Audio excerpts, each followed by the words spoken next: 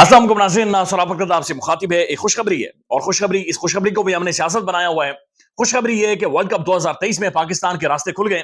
और ऐसा महसूस हो रहा है कि पाकिस्तान की किस्मत इस वर्ल्ड कप में एक दफा फिर पाकिस्तान के हाथ में आ गई है। यानी कुदरत का निजाम है। ये ट्विटर के ऊपर टॉप ट्रेंड भी चल रहा है और ऐसा महसूस हो रहा है कि पाकिस्तान शायद सेमीफाइनल्स में जा सकता है। शायद पाकिस्तान उस ट्रॉफी के बहुत ज्यादा नजदीक जा सकता है जो कि बैनुल अक़वामी फोरम के ऊपर पाकिस्तान की इज्जत में इजाफा करेगी। ये एक तारीख रही है कि पाकिस्तानी क्रिकेट टीम की जब भी पीठ दीवार के साथ लगी है, जब भी पाकिस्तानी टीम को दीवार के साथ लगाया गया है, इस टीम ने उस दीवार को तोड़ा है और इस टीम ने उसी जगह से रास्ता बनाया और कम किया है। ऐसा महसूस हो रहा है कि पाकिस्तान यहां से दोबारा से कम भी कर रहा है और सेमीफाइनल्स की रेस में शायद पाकिस्तान अब शामिल होता हुआ हमें दिखाई दे रहा है। सिर्फ एक जीत दूर है। अब यहां तक जो रास्ता पाकिस्तान के लिए खुला है, इसमें हमारे चाचा का बहुत बड़ा रोल है और चाचा वही हमारे चाचा साउथ अफ्रीका से जिनका ताल्लुक है, बवुमा जिनका नाम है, बवुमा चाचा का बहुत ज्यादा रोल है। बवुमा चाचा इसलिए हमारे चूंकि हमारे जैसे दिखते हैं, छोटा सा कद है, नाचते हैं और परफॉर्मेंस उनकी निल होती है, लेकिन उसके बावजूद क्रेडिट सारा लेकर जाते हैं। ठंड लगती है तो तौलिया ओढ़ लेते हैं और उसके बाद नाचते हुए नजर आते हैं। गुर्बत उनके चेहरे पर नजर आती है, मायूसी भी उनके चेहरे पर नजर आती है। तो बहुत सारी सिमिलरिटीज हम में और बवुमा चाचा के अंदर मौजूद हैं। लिहाजा पाकिस्तान के अंदर इस वक्त बहुत मशहूर एक वायरल मीम बना हुआ है कि अगर न्यूजीलैंड से हम हारे तो बवुमा को हम क्या मुंह दिखाएंगे। तो ये बात सच है कि आज जिस तरह से साउथ अफ्रीका ने एक फाड़ कर फेंका है न्यूजीलैंड को, उससे पाकिस्तान के लिए रास्ते अब बाकायदा से खुल गए। 190 रन की जो जीत है साउथ अफ्रीका की, इसने न्यूजीलैंड के रन रेट को दरमियान से काटा है और बहुत ज्यादा न्यूजीलैंड नीचे आ गया है। तो न्यूजीलैंड को अगर शिकस्त होती है तो पाकिस्तान मींस बिजनेस, यानी कि मामला पाकिस्तान के लिए खुल गए और उसके बाद पाकिस्तान को कौन रोकेगा, ये अपने आप में एक क्वेश्चन मार्क होगा। अब कहानी सिर्फ ग्राउंड के अंदर नहीं है, बल्कि कहानी उससे बाहर है। पाकिस्तान के अंदर सियासत पर बातचीत नहीं हो रही, पाकिस्तान के अंदर क्रिकेट पर बातचीत हो रही है। हामिद मीर साहब का प्रोग्राम देख लें, काशिफ अब्बासी साहब का देख लें, महर बुखारी साहब का देख लें, रऊफ क्लासरा साहब का देख लें। पाकिस्तान के अंदर क्रिकेट डिस्कस हो रही है। इसका मतलब यह है कि पाकिस्तान का अगर नेशनल टेलीविजन प्राइम टाइम में क्रिकेट पर बातचीत कर रहा है तो इसका मतलब है कि क्रिकेट हमारा कौमी मसला बन गया है और इसके अंदर भी हमारी जो गंदी सियासत है, एक गटर की सियासत है, वो इसके अंदर घुसी है। अब दिलचस्प बात यह कि रऊफ क्लासरा साहब जो पाकिस्तान के प्रोमिनेंट जर्नलिस्ट हैं, उन्होंने गुज़श्ता दिन अपने प्रोग्राम में डॉक्टर नोमान नियाज़ साहब को भी बुलाया जो हिस्टोरियन है, और रऊफ क्लासरा साहब ये खबर देते हैं कि पाकिस्तान के अंदर से एक अहम तरीन शख्सियत ने, एक बड़ी कद्दावर शख्सियत ने, एक असर रसूख वाली बड़ी शख्सियत ने शाहीन अफरीदी को वर्ल्ड कप के दौरान फोन किया, टेलीफोन किया, और शाहीन अफरीदी को उन्होंने कहा कि बड़े खुलकर कहा कि बेटा बात बड़ी क्लियर है कि फिलहाल कैप्टेंसी तुम भूल जाओ, कप्तान शप्तान तुम्हें बाद में बनाएंगे, लेकिन फिलहाल जो तुम्हारी कारकर्दगी है वर्ल्ड कप के अंदर उस पर सवालिया निशान है। लिहाजा बेटा परफॉर्म करो और भूल जाओ ये जो तुम साजिशें कर रहे हो आगे पीछे से, चीजें मैनेज करवा रहे हो, उसको थोड़ी देर के लिए साइड पर रखो और वर्ल्ड कप के अंदर फोकस करो। और उसके बाद अब देखते हैं कि शाहीन ना सिर्फ 5 विकेटों का फटा लगाता है, बल्कि शाहीन अफरीदी वर्ल्ड कप का टॉप रैंक्ड बॉलर भी बना है और शाहीन अफरीदी अब बाकायदा से नई बॉल से पहले स्पेल में भी आपको विकेटें लेते हुआ महसूस हो रहा है। अब ये बड़ी खबर है और ये कौन है पाकिस्तान के अंदर जो इतना बायसर है कि जो वर्ल्ड कप के दौरान वहां पर कॉल्स घुमा रहा है, टेलीफोन घुमा रहा है और कह रहा है कि जनाब वर्ल्ड कप पर आपने फोकस करना है, चूंकि वर्ल्ड कप होगा, क्रिकेट होगी, तो पाकिस्तान के अंदर जो सियासी मसाइल है उनसे लोगों की तवज्जो हटेगी। अगर पाकिस्तान इंडिया के अंदर कोलैप्स कर जाती है, Pakistan cricket team world cup में मजीद कोलैप्स कर जाती है, तो यहां पर जो सियासत है, जहां पर जो सियासी मामला थे वो और ज्यादा उठेंगे। लिहाजा कोई ना कोई ये चाह रहा है, ये महसूस कर रहा है कि वर्ल्ड कप में वहां पर पाकिस्तान कुछ ना कुछ करे ताकि पाकिस्तान के अंदर जो सियासत है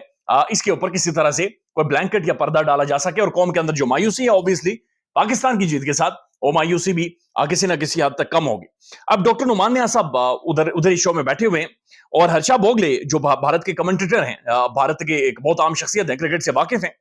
वो बाकायदा से कमेंट करते हैं और वो कमेंट करते हुए ये कहते हैं कि तुम लोग इस वक्त वर्ल्ड कप के दौरान शाहीन अफरीदी को कप्तान बनाना चाह रहे हो, इस वक्त छोड़ दो, ये वर्ल्ड कप है, वर्ल्ड कप दरमियान में जारी है, पाकिस्तानी टीम इस वक्त आधे रास्ते में है, लिहाजा इस वक्त शाहीन अफरीदी की ब्रांडिंग आप लोग छोड़ दें और बाद में जाकर ब्रांडिंग करें। इस वक्त पाकिस्तान को वर्ल्ड कप में क्वालिफाई करने दें। यानी हर्षा भोगले को भी भारत के अंदर यह महसूस हो रहा था कि शाहीन अफरीदी के लिए शायद यहां पर लॉबी की जा रही है। शाहीन अफरीदी के जो उनके पीछे सुसर खड़े हैं, शाहिद खान अफरीदी जो ग्लोबल स्टार है, वर्ल्ड स्टार है, उनके होते हुए शाहीन अफरीदी ने तो ऑब्वियसली किसी ना किसी टाइम में कप्तान बनना ही है, लेकिन क्या बाबर आजम की कुर्बानी देकर इन्हें कप्तान बनाया जाएगा, ये अपने आप में क्वेश्चन मार्क।